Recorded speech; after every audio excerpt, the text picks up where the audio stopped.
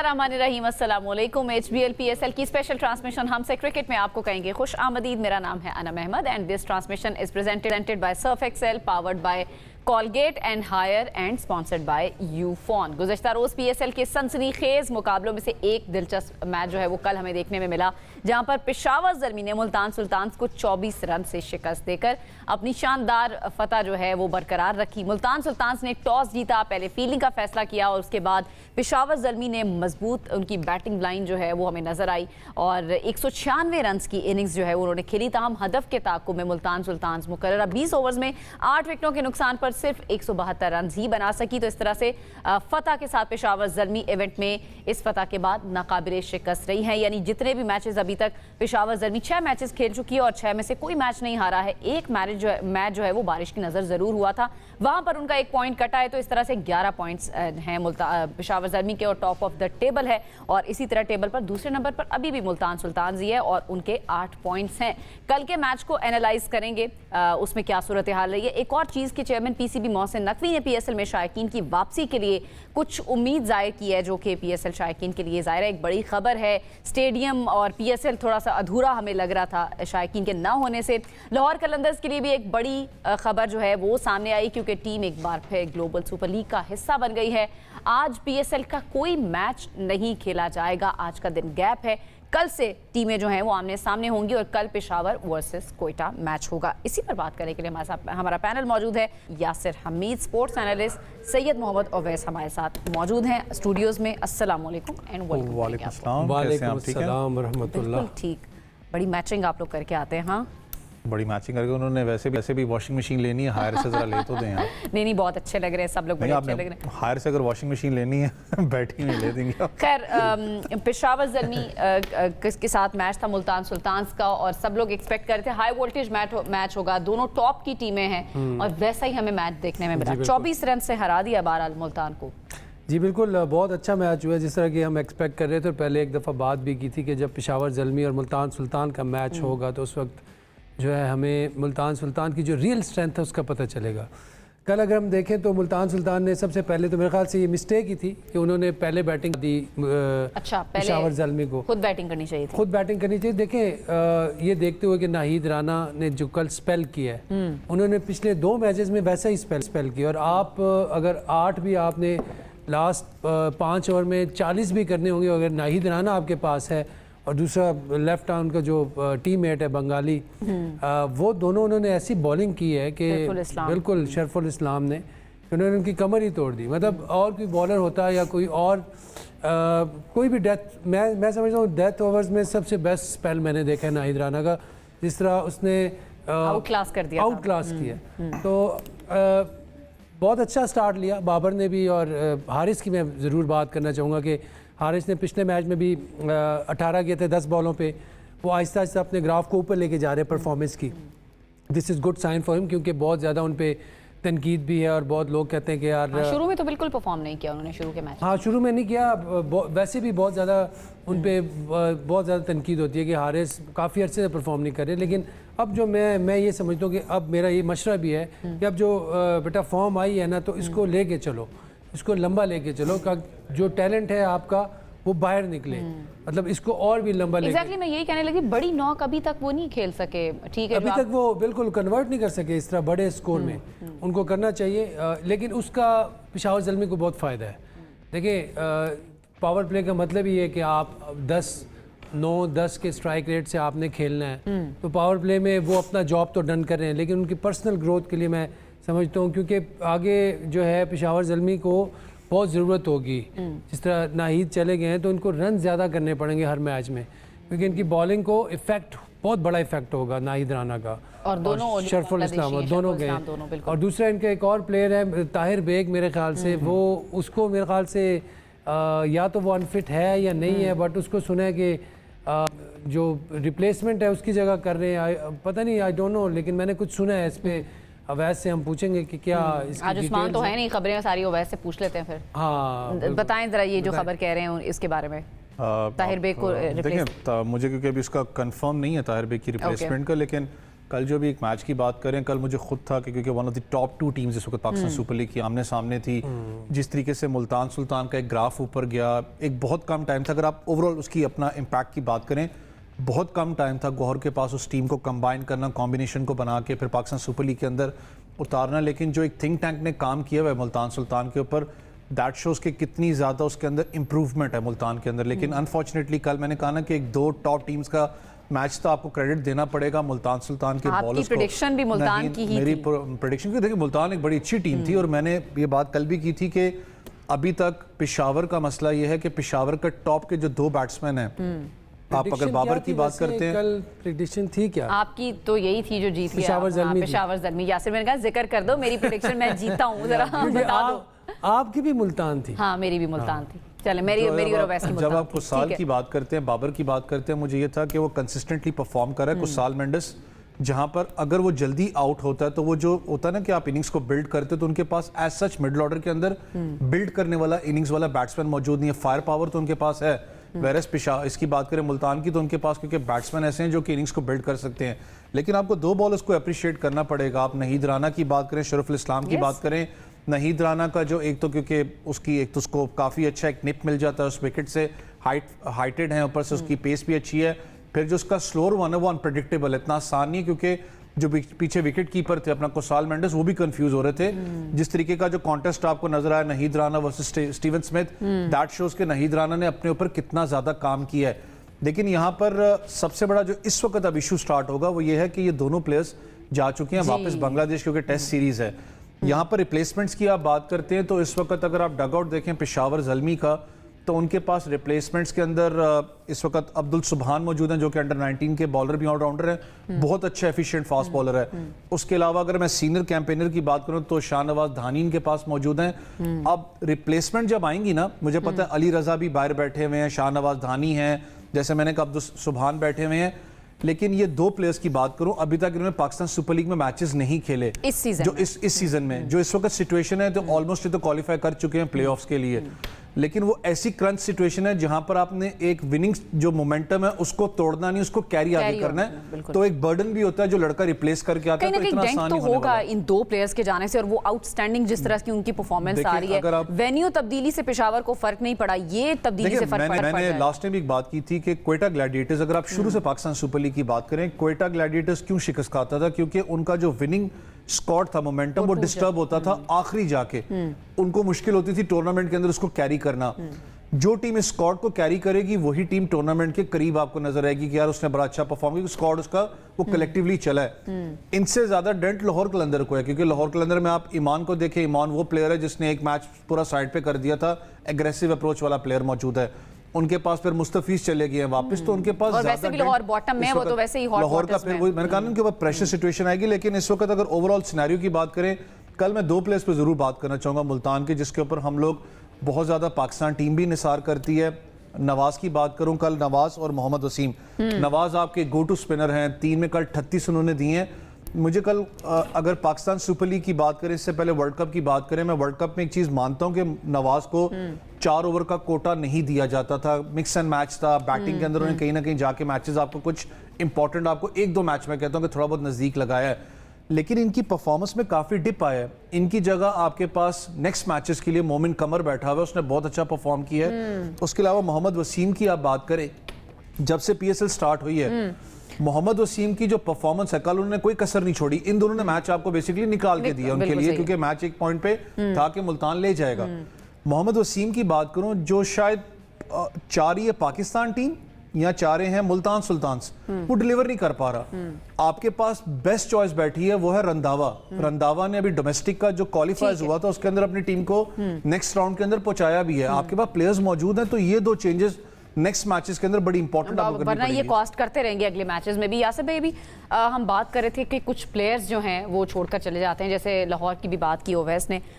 जब साइनिंग होती है तो हम ऐसे प्लेयर्स को क्यों पिक नहीं करते जो आपको डेंट ना पहुंचाएं या आपके साथ at least through out the season जो है वो निकाल के जाएं, ताकि इतनी डिस्टर्बेंस क्रिएट ना हो। बिल्कुल सही कह रही हैं आप। और ये मेरे ख्याल से मैनेजमेंट का काम होता है, ये किस तरह वो एनालाइज करते हैं, किस तरह वो देखते हैं कि यार कौन सा प्लेयर वो अवेलेबिलिटी दे सकता है लास्ट तक। बिल्कुल हाँ, ये बहुत अच्छा पॉइंट है। इस पे देखें वर्किंग मैनेजमेंट करती है और कुछ, लेकिन कुछ साइनिंग जिस तरह होती है, जिस तरह ये बड़ी स्मार्ट साइनिंग थी नाहिद राना की, मतलब सिर्फ 60 लाख रुपयों में इसको लिया था। कम पैसों में आ गए, कम पैसों में आ गए थे और उन्होंने 2-3 मैचेस इनको जिता के दे दिए। कम पैसे बड़ा इम्पैक्ट, बड़ा इम्पैक्ट। तो वो जो है ये मेरे ख्याल से इन्होंने, that was very smart move by the management, और मैं समझता हूँ वो उसने पे ऑफ भी किया। तो उन्होंने उसको, वो अभी तक देखें हाफ ऑफ द टूर्नामेंट हुआ है, उसकी परफॉर्मेंस का एक बहुत बड़ा इम्पैक्ट था। यू आर राइट, ऐसे प्लेयर्स को ही कंसीडर करना चाहिए कि जो आखिर तक जाएं, और उसमें मेरे ख्याल से सारा रोल मैनेजमेंट का है। जो एनालिस्ट बैठे होते हैं या जो भी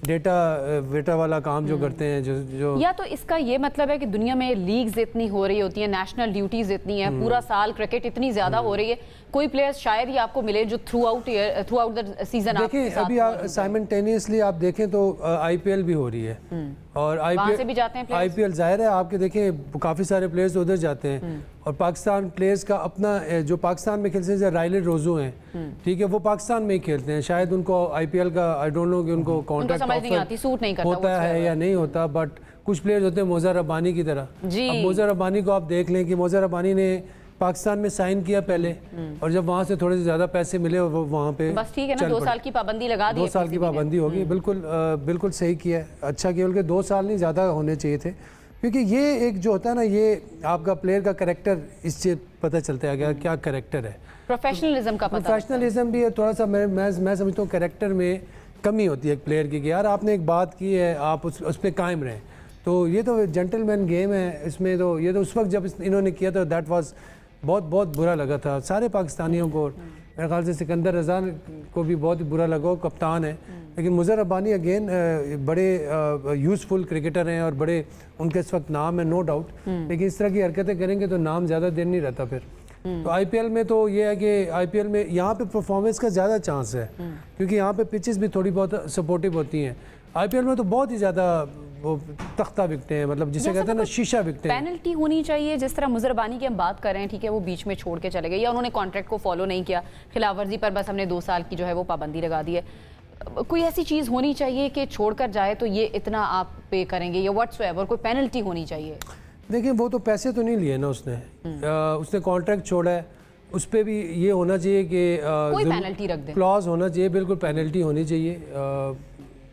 इसमें कोई बुरी बात नहीं, अगर पेनल्टी आप साइन करके छोड़ोगे तो यू हैव टू पे 10% ऑफ द कॉन्ट्रैक्ट, तो वो भी जब ना खेल के आप 10% देंगे तो वो भी बहुत बड़ी चीज़ है। अच्छे सजेशंस दे रही हूँ, मैं चाहती हूँ मेरी सजेशंस पीसीबी सुन लें। आप वैसे अच्छे सजेशंस दे रही हैं आज। एक तो वो प्लेयर्स का सजेशन अच्छा था कि यार उन प्लेयरों को पिक किया जाए जो आखिर तक जाएं, और दूसरा ये पेनल्टी का सजेशन। इस पे मैं चाहती हूँ वैसे भी जरा कमेंट करें, दोनों जो आपने बात की है ना, अच्छा हुआ आपने क्वेश्चन रेज किया, क्योंकि इसमें 2 चीज़ें हैं। जिस वक्त आप एक प्लेयर का कॉन्ट्रैक्ट, क्योंकि मैं टीम्स के साथ जब मैं कॉन्ट्रैक्ट पे खुद काम करता रहा हूँ, कुछ प्लेयर्स हैं जो कि आपके पास साइन होते हैं, एग्रीमेंट को साइन करते हैं, उनको कुछ चंक ऑफ अमाउंट जितनी परसेंटेज होती है अंडरस्टैंडेबल उनको जाती है। 25 अगर उस चीज़ को वो अगर उस चीज़ को जाके अगर वो रिट करता है, वो जाके किसी और लीग को ऑन दैट टाइम पीरियड वो जाके ज्वाइन कर लेता है, तो उसके लिए फिर आप कुछ ना कुछ पेनल्टी जो सी है उसका होता है परसेंटेज, आप उसका डिडक्ट करते हो, जो कि अंडरस्टैंडेबल है। मुज़र रब्बानी वाले केस में थोड़ा डिफरेंट था, क्योंकि इनको कुछ एज सच कोई अभी कॉन्ट्रैक्ट साइन नहीं हुआ था, इससे पाकिस्तान सुपर लीग के लिए पिक हुए थे। हाँ, पाकिस्तान सुपर लीग के लिए पिक होने के लिए भी इनके डेफिनेटली एजेंट ने रब्ता किया था ना, एजेंट ने अवेलेबिलिटी जो सी उसने शो की होगी। ये जो फाइन इस वक्त हुआ है, दिस इज द बेस्ट जो आप कर सकते हो। आईपीएल भी ऐसे ही करता है, आपको याद हो उन्होंने जो कैप्टन है हैरी ब्रुक की बात करें, उनके ऊपर पाबंदी है, उसके अलावा फिल सॉल्ट की गैस उनके ऊपर पाबंदी है। आईपीएल के अंदर जो अभी रिसेंटली वाक़या हुआ था, वो छोड़ के वापस चले गए थे। तो ये चीज़ें नॉर्मली किसी भी लीग क्रिकेट के अंदर होती है, लेकिन it's a good standard mark कि कल कोई जो भी पाकिस्तान सुपर लीग के अंदर आता है उसको पता होगा कि यार अगर ये चीज मैं करता हूं तो मैं बैन भी हो सकता हूं, क्योंकि आपने कहीं ना कहीं स्टेटमेंट एक दो चीजें, अगर तो नेशनल ड्यूटी जिस तरह ये बांग्लादेशी प्लेयर गए हैं वहां तक तो समझ में आती है, लेकिन आप छोड़ के किसी दूसरी लीग में जा रहे हैं, वहां पे प्रॉब्लम। देखिए, मैं आपको अगर आईपीएल का एक स्ट्रक्चर समझाऊं, मसला क्या है, प्लेयर्स क्यों छोड़ के जाते हैं कोई भी लीग। आप चले आपको एग्जांपल देता हूं, इस वक्त आईपीएल हो रही है, दुनिया के अंदर कोई क्रिकेट हो रही है इंटरनेशनल सीरीज, आपको कोई नजर आ रही है या मुझे कोई नजर आई हो? क्रिकेट इन्फो पे मैं फॉलो करता हूँ, आप फॉलो करते हैं, आप फॉलो करती हैं, कहीं पर भी नहीं है। ये सबसे बड़ा एक क्राइम है जो सब बात करते हैं। इस वक्त कोई इंटरनेशनल सीरीज आपको नजर नहीं आई, शायद आपको नजर आ रही है जो नॉन टेस्ट नेशंस आपस में खेल रहे होते हैं, जो कि क्वालिफायर्स खेलते हैं। आईपीएल ब्लैकमेलिंग कैसे लॉबिंग करता है, वो ऐसे है कि अगर आपके पास सपोज कोई एक टीम के अंदर 4 लड़के मैं ऑस्ट्रेलिया के उठा लेता हूँ फॉर एग्जांपल, ठीक है, 4 लड़के मैं न्यूजीलैंड के उठाता हूँ, उसका कुछ चंक ऑफ अमाउंट जाता है उस क्रिकेट बोर्ड को ऑस्ट्रेलिया के, उसका चंक ऑफ अमाउंट कुछ जाता है न्यूजीलैंड क्रिकेट बोर्ड को, कितने प्लेयर्स आपके पिक हुए उसका कुछ चंक जाता है। ये होती है लॉबिंग, ये होती है कॉन्ट्रैक्ट से जाता है नहीं, वो उसको टीम जोन से, वो क्रिकेट बोर्ड जोन से, क्रिकेट बोर्ड की अंडरस्टैंडिंग होती है, क्रिकेट बोर्ड की ये होती है लॉबिंग। जो मैं कहता हूँ ना कि आपको आहिस्ता आहिस्ता लॉबिंग करनी है, क्योंकि इस वक्त दुनिया क्रिकेट की आप बात करें, एक चीज तो है इनको मुंह की दिखानी पड़ी, उन्होंने कहा जी हम पाकिस्तान सुपर लीग को आइसोलेट करेंगे, पाकिस्तान क्रिकेट को आइसोलेट करेंगे। इनकी आइसोलेट हुई, हमारी नहीं, अल्लाह का शुक्र है 11वां एडिशन है। अगर आप पूरी दुनिया क्रिकेट की इस वक्त बात करें, जितनी लीग्स हो रही हैं, चाहे वो साउथ अफ्रीका लीग की आप बात कर लें, आधे से ज्यादा शेयर्स इनके पास हैं, किसी को अलाउ नहीं करते। आप ILT20 की बात करें, आधे से ज्यादा टीमें इनकी हैं, कोई प्लेयर आपको नजर नहीं आएगा। अभी आप 100 की बात करें, एक प्लेयर आपका इब्रार सनराइजर्स हैदराबाद ने पिक किया है, आपके सामने अभी उनका आईपीएल के अंदर भी सपोर्ट देखें बहुत कम हुई है, क्योंकि वो एक चीज चल रही है। तो जो ब्लैकमेलिंग लॉबिंग है वो बैक एंड पे तो ये खेलते हैं। फिर आपको याद हो जब ये बात कर रहे थे हम लोग रायली रूजुफ की, उन्होंने कोपार डील जो उनकी साइन की थी, बेसिकली कोपार डील वो साउथ अफ्रीका की होती है कि आप जाके लीग क्रिकेट को ज्यादा तरजीह फिर देते हो, जैसे काउंटी क्रिकेट उसके ऊपर।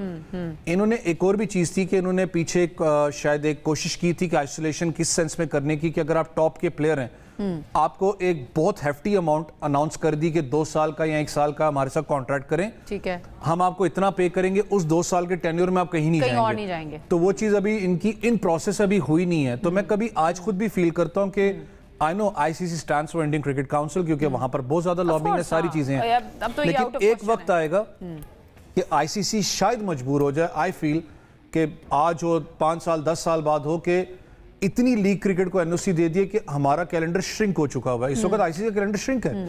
आप दुनिया लीग्स को देखिए, इस वक्त सऊदीया के अंदर भी लीग स्टार्ट होने वाली है। एक अच्छी डेवलपमेंट थी ILT20 के अंदर, जो कि मैं खुद चाहता हूँ पाकिस्तान में हो। वो कल मोहसिन नकवी साहब ने ये भी कहा कि हम आने वाले टाइम में हम लोग पाकिस्तान वुमेन्स प्रीमियर लीग भी स्टार्ट करने लगे, जो कि होना चाहिए।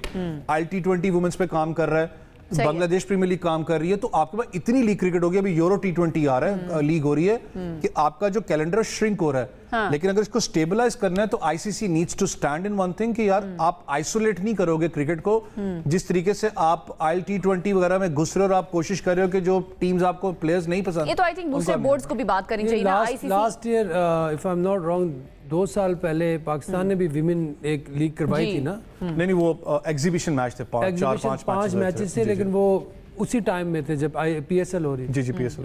तो ये है कि फिर ICC जिस तरह आपने खुद भी कहा है कि इंडियन क्रिकेट काउंसिल ही बन चुकी है, लेकिन दूसरे बोर्ड्स को भी फिर थोड़ा सा स्टैंड लेना पड़ेगा आगे आके। ठीक है, पाकिस्तान के सिर्फ बोलने से शायद उतना इम्पैक्ट क्रिएट नहीं होता है कैसे बाकी बोर्ड्स। आप कैसे बोलेंगे? जब मैंने आपको एक बात की है कि जब it's all about money, it's all about money ना। IPL के थ्रू आप प्लेयर्स या क्रिकेट बोर्ड्स को आप ब्लैकमेल तो करते हो ना, कुछ चंक ऑफ अमाउंट दे रहे हो, आपके आगे कैसे करेगा? तो मैंने आपको एक बात क्या की है, क्रिकेट बोर्ड इतना मजबूर अब हो चुका हुआ है कि आपकी नेशनल ड्यूटी के लिए प्लेयर्स को रिलीज कर देता है कि भाई ठीक है नेशनल ड्यूटी छोड़ें, आप जाके IPL खेलें। क्यों? क्योंकि प्लेयर्स इतना ज्यादा ब्लैकमेल करने लग पड़ते हैं कि भाई कॉन्ट्रैक्ट है, जो भी मामला है कि हम IPL खेलने जाना है। लेकिन यहाँ पर पाकिस्तान क्रिकेट बोर्ड का क्या रोल हो सकता है काउंटर में? यासिर भाई, हम क्या ऐसा कर सकते हैं कि ये वाली चीजें पाकिस्तान की लीग को अफेक्ट ना करें? एक तो ये सजेशन बहुत अच्छा है कि आप उनके बोर्ड्स के साथ कोई ऐसी कोई अरेंजमेंट्स करें, जिस तरह चंक ऑफ मनी, जिस तरह ये बात की है, वो उसमें फिर बाउंडिंग हो जाएगी। फिर वो, क्योंकि जब बोर्ड एक प्लेयर को कहेगा ना कि आपने ये वाली लीग खेलनी है, तो वो फिर प्लेयर वही वाली लीग खेलेगा। दूसरी बात यह कि सेकंड जो मेन चीज़ ये कि हम इसमें आए, क्या कहते हैं,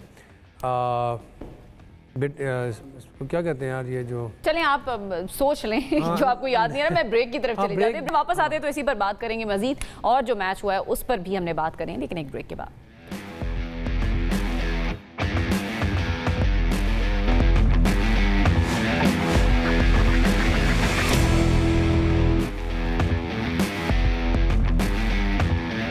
जी ब्रेक के बाद आपको कहेंगे खुश आमदीद। बाबर आजम की मैं थोड़ी सी बात करना चाह रही हूँ। वैसे तो उन पर बड़ी तनकीद होती है उनके रन रेट को लेकर, लेकिन बाबर आजम की जो थ्रू आउट कैप्टनसी है, अनबीटन उनकी टीम है। यासिर भाई, थ्रू आउट पूरे सीजन में 6 मैचेस अभी तक हो चुके हैं पेशावर ज़ल्मी के। आपने कैसे देखा कल जिस तरह से यूटिलाइजेशन, और नाहिद राना को जिस जगह पे उन्होंने भेजा है बॉलिंग के लिए, कैसे देख रहे हैं? नहीं, बाबर आजम वक्त के साथ साथ काफ़ी मैच्योर नज़र आ रहे हैं, बड़ा अच्छा वो प्रेशर हैंडलिंग बहुत अच्छी है उनकी। दूसरा प्लेयर्स की अब ज़्यादा साइकी को भी समझ रहे हैं, डिसीजंस अच्छे ले रहे हैं। देखें इस तरह का बॉलर हो ना आपके पास बड़ा लिवरेज होता है, जैसे नाहिद राना हो गए या सुफियान मुकीम, उन्होंने बहुत अच्छी बॉलिंग उन्होंने की, भी बहुत अच्छा कल 3 विकेट्स लिए और वो उनका फॉर्म में आना बहुत ज़रूरी है। देखें एक तो एक्स फैक्टर होता है, वो हमने कल भी बात की थी नाहिद राना की, किसी भी कप्तान के पास हो तो उसके लिए बहुत बड़ी लिवरेज है, बहुत बड़ा उसके लिए। किसी भी टीम में होते किसी भी टीम में होता तो रिजल्ट प्रोड्यूस डेफिनेटली देखें आप खुद देख लें कि उनके एनालिसिस देख लें, उन्होंने जहाँ पे it was matter the most उन्होंने 5 रन दिए, फिर अगले ओवर में 6 रन दिए, जहाँ पे 12-12 रन भी होते तो वो मैच में अंदर इन थे। तो ये एक बहुत बड़ा लेवरेज होता है। तो मैं समझता हूँ कि ये इसका बहुत इनको फ़र्क पड़ेगा आगे आने वाले मैचेस में। और बाबर आजम को खुद थोड़ा सा ना कंसिस्टेंटली, जिस तरह इन्होंने कराची में इनिंग खेली, बहुत ही आउटस्टैंडिंग इनिंग खेली, वहाँ से इनकी टीम लिफ्ट हुई। ठीक है, प्लेयर्स बहुत बड़े हैं, बहुत बड़े प्लेयर हैं, लेकिन ये है कि कंसिस्टेंसी इज़ की टू सक्सेस। दूसरा कप्तान अच्छा करता है जब इसके जो प्लेयर्स हैं ना, जैसे कुसाल मेंडिस हैं, अब देखिए कंसिस्टेंटली 40 बॉलों पे 68 कल भी किए इन्होंने, 100 भी किया है, एक 50 और भी किया है। आई मीन कंसिस्टेंसी इज की टू सक्सेस। और 50 कर लिए उन्होंने, 350 कर लिए ना, 100 किए, 100 250। 100 बिल्कुल। तो आई मीन ऐसे प्लेयर्स जब आपके पास होते हैं तो आपके पास काफ़ी लिवरेज होता है, आप फिर डिसीजंस अच्छे ले सकते हैं। फिर आप देखें इनके पास जिस तरह अभी बात कर रहे थे अवैस के जो फास्ट बॉलर हैं रज़ा अली रज़ा हैं, और दूसरे सुभान कोई लड़का है वो भी सुना है कि बहुत अच्छा है, अंडर 19 का लड़का, अच्छा अंडर 19 का है।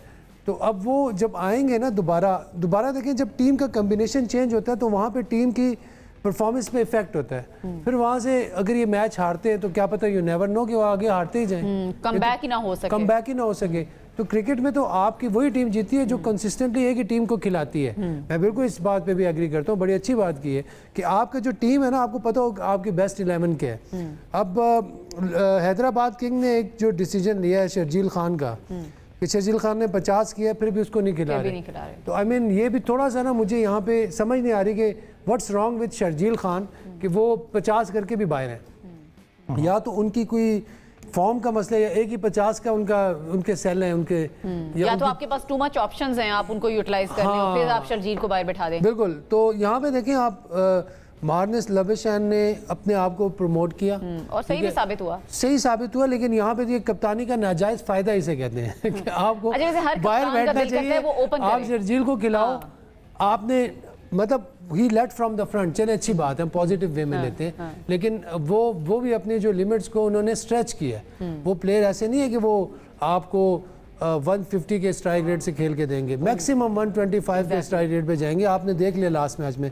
लेकिन वहाँ पे डिमांड जो थी ना, वो सिचुएशन की यही थी, इन्होंने सिर्फ एंकरिंग करनी थी।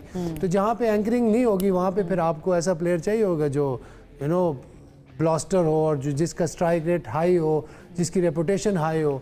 तो कुछ चीज़ें जो डिसीजंस है ना, जो प्लेयर्स के साथ मैं समझता हूँ कि जितने अच्छे आपके पास प्लेयर्स होते हैं, एक्स फैक्टर्स होते हैं आपके पास, उतना ही वो टीम अच्छा करती है। लेकिन कंसिस्टेंटली खेले। जो बाबर आजम की आपने बात की, अभी तक उन्होंने बहुत अच्छी कप्तानी की है, लेकिन इनके रिसोर्सेज पूरे थे। जब आपके रिसोर्सेज पूरे होते हैं तो आप सारे कार्ड से ही प्ले करते हैं। बिल्कुल सही। तो अब जहाँ पे टेस्ट आएगा, जहाँ पे बॉलर्स रन्स लीक करेंगे, तो वहाँ पे पता चलेगा कि बाबर आजम कौन से डिसीजन लेते हैं। बट एक और अच्छी बात है जी, इफ्तिखार ने जिस तरह कल बॉलिंग की है, इन्होंने भी देखें 29 रन दिए हैं, 32 रन दिए और 4 ओवरों में। तो आई मीन बहुत अच्छी बॉलिंग की है। तो ये मेरे ख्याल से इनके लिए अच्छी चीज़ ये है पेशावर ज़ल्मी के लिए कि दे आर गेटिंग लकी कि इनको जो रिप्लेसमेंट्स मिल रही है ना, लाइक वो भी बहुत अच्छी है। जैसे सुफियान मुकीम का बॉल जगह पे गिरना और इफ्तिखार अहमद भी स्पॉट ऑन बॉलिंग करते हैं और वो विकेट्स भी लेके दे रहे हैं। तो अब देखते हैं इनकी जो नाहिद राना का जो ये गैप है, ये किस तरह फिल करते हैं।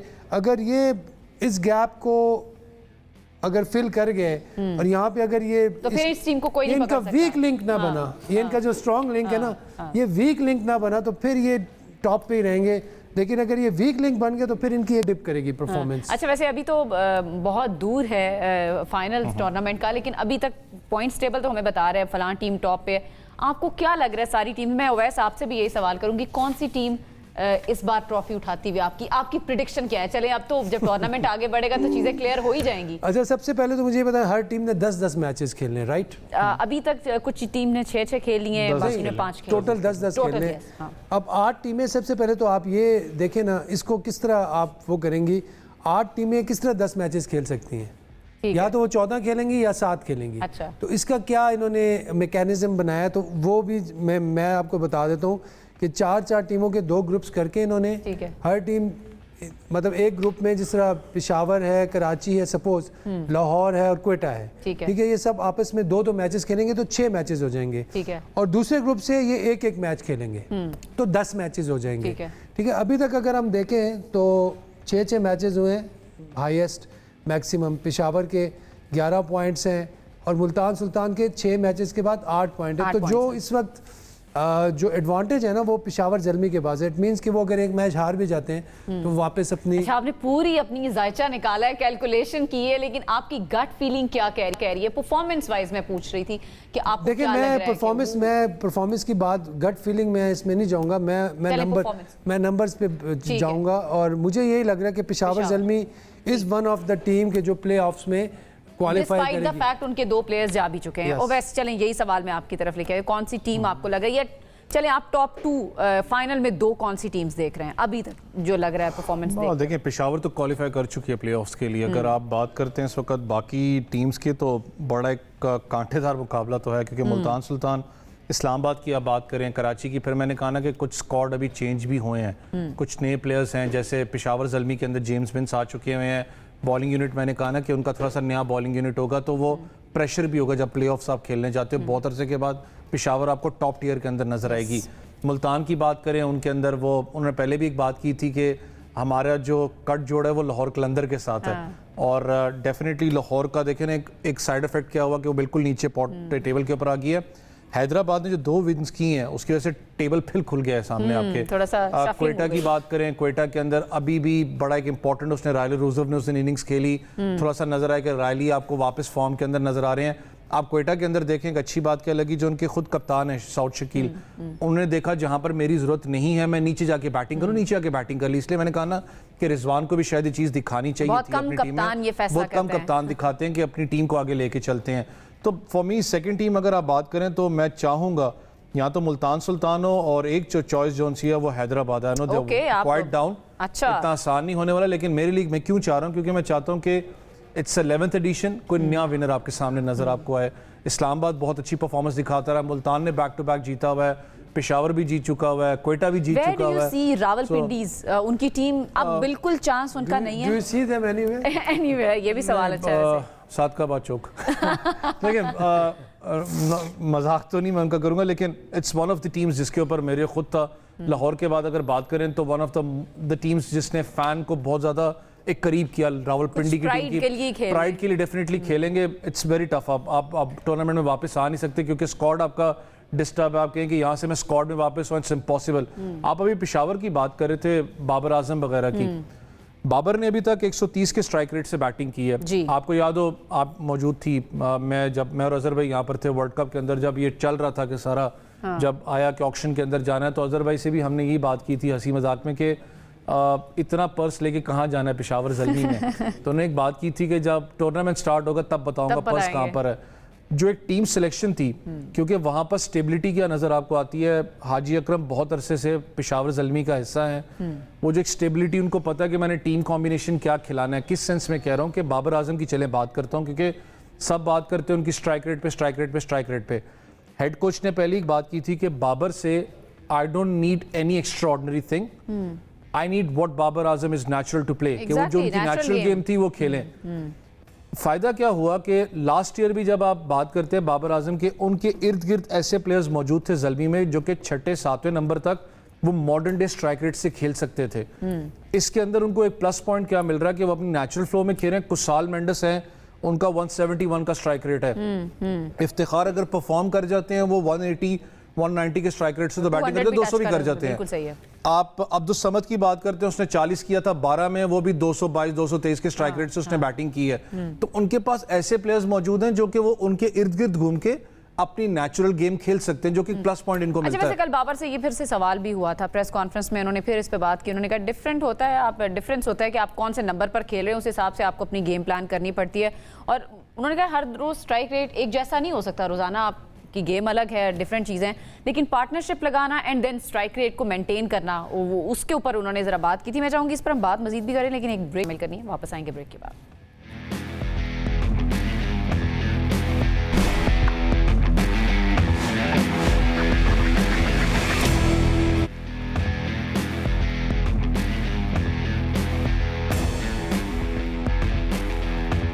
ऑलराइट जी, ब्रेक के बाद आपको कहेंगे खुश आमदीद। यासिर भाई, आप कुछ बात करना चाह रहे थे प्लेऑफ्स के हवाले से। हैदराबाद की टीम का यासिर ने ओवैस ने नाम लिया तो आपके भी जहन में आया? देखिए भाई, दो यासिर भूल गई, प्रेशर है इसके ऊपर, प्रेशर जी।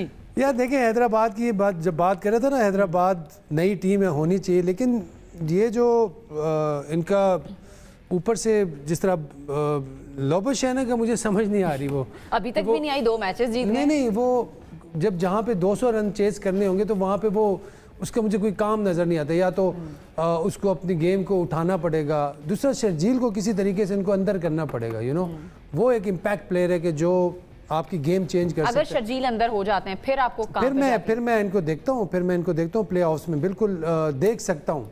ये नहीं है कि देखता हूँ, लेकिन देख सकता हूँ। फिर भी इनको प्रूव करना पड़ेगा पॉइंट, मेहनत करनी पड़ेगी। इस्लामाबाद की टीम को आप कहाँ पर रेट कर रहे हैं? ठीक है, रिसेंटली वो अपना एक मैच हारी जरूर है। देखिए, इस्लामाबाद जिस तरह शादाब लास्ट मैच नहीं खेले, उन्होंने क्रिस ग्रीन ने कप्तानी की, अच्छी कप्तानी की है।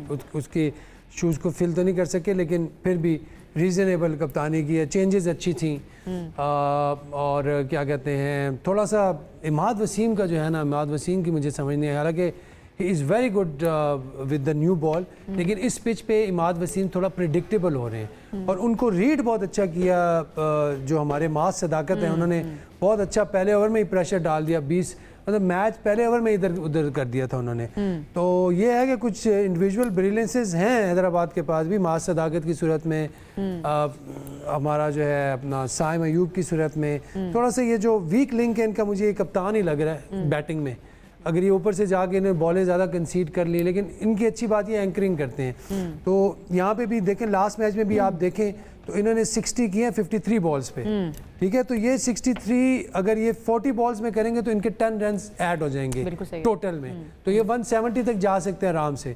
तो इट मीन्स कि थोड़ा सा इन्होंने अपने आप को पुश करना है। जाहिर है टेस्ट क्रिकेटर है, वो अपने आप को एडजस्ट करना उसके लिए आसान होता है। जिस तरह आप बाबर की बात कर रही थी कि बाबर ने अपनी गेम चेंज की है, अभी स्टाइल ऑफ प्ले उसने चेंज नहीं किया।